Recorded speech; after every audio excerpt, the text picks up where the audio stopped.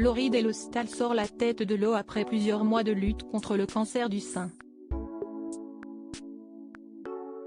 La journaliste constate, aujourd'hui, que les divers traitements subis ont complètement modifié la nature de ses cheveux. Si est une terrible épreuve qui est désormais derrière elle. Le 22 juin 2023, Laurie Delhostal annonçait fièrement la fin des traitements intensifs pour battre son cancer du sein.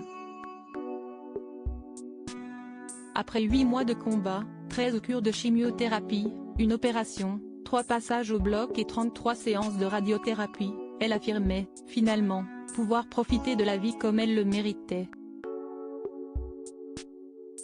Soulagée à l'idée de ne plus penser à la maladie, la journaliste de 43 ans a cependant expliqué qu'elle ne pouvait s'empêcher de voir quelques différences, désormais, et notamment au niveau de sa chevelure. Sur son compte Instagram, Laurie Delhostal a partagé plusieurs photographies qui montrent son évolution capillaire, de la naissance à aujourd'hui, en passant par la case cancer. Si esti à ça qu'on les reconnaît les cancéreux, ils n'ont plus de cheveux. Et puis à la phrase qu'on leur répète le plus, si esti pas grave, ça va repousser.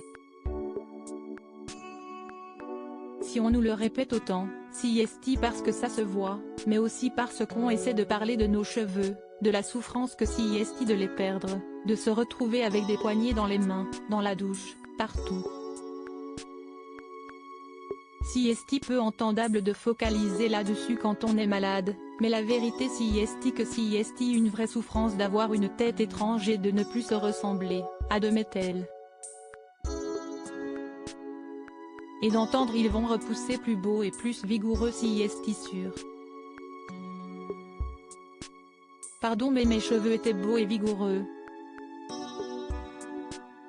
Maintenant ils sont juste bizarres. Pas de la même couleur par exemple. Essai de perruque plus ou moins chère, séance de chimiothérapie, mèche qui repousse.